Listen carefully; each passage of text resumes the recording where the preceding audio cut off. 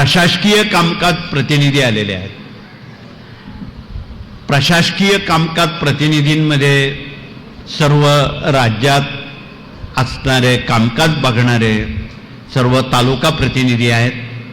इथे जे तालुका प्रतिनिधी आणि जिल्हा प्रतिनिधी अनेक जिल्ह्यांचे आलेले आहेत, त्यांनी कृपया उभं राहून आपला परिचय द्यावा. सर्व जिल्ह्यांचे. राज्यात 36 जिल्हे आहेत. माणसं 25-30च उभी आहेत, म्हणजे अर्धे जिल्हा प्रतिनिधी आलेले नाहीत असा अर्थ होतो.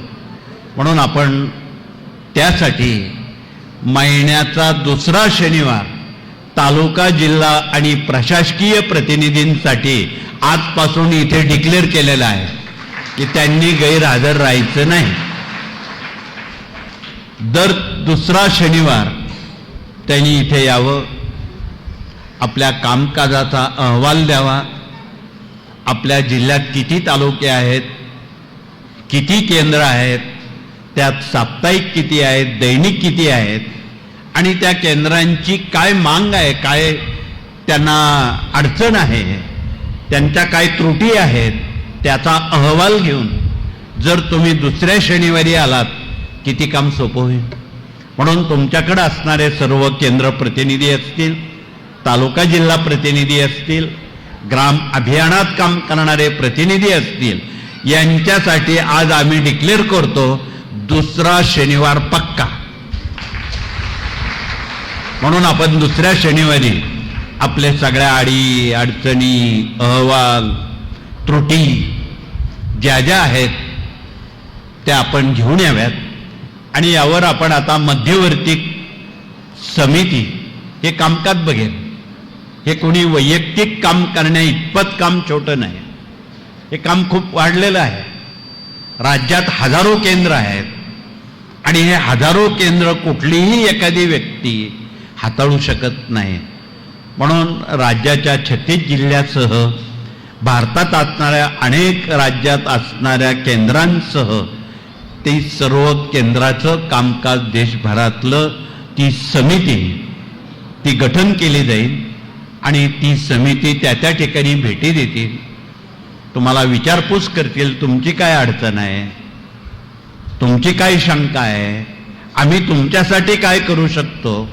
या सर्व बाबींचं आचाराविचारांची देवाणघेवाण करण्याला एक नामी संधी मध्यवर्ती समिती करणार आहे. म्हणून आपण त्या समिती गठन करत आहोत.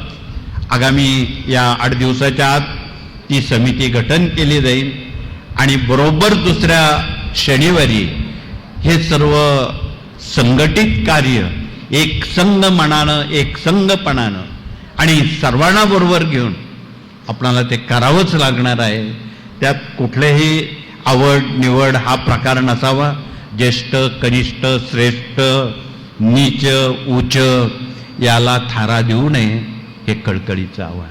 आणि नव्या लोकांना संधी द्यावी, काम करू द्यावं, आपण त्यांच्याकडून काम करून घ्यावं.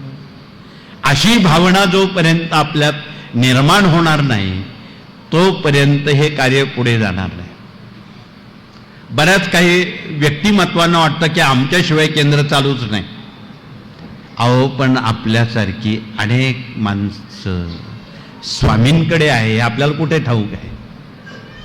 आपल्यासारखी लाखो माणसं स्वामींकडे आहे हे आपण विसरून जातो. म्हणून आपल्यासारखे करीती तात्काळ नाही काळ वेळ तया लागे त्यांना स्वामी महाराज म्हणतात.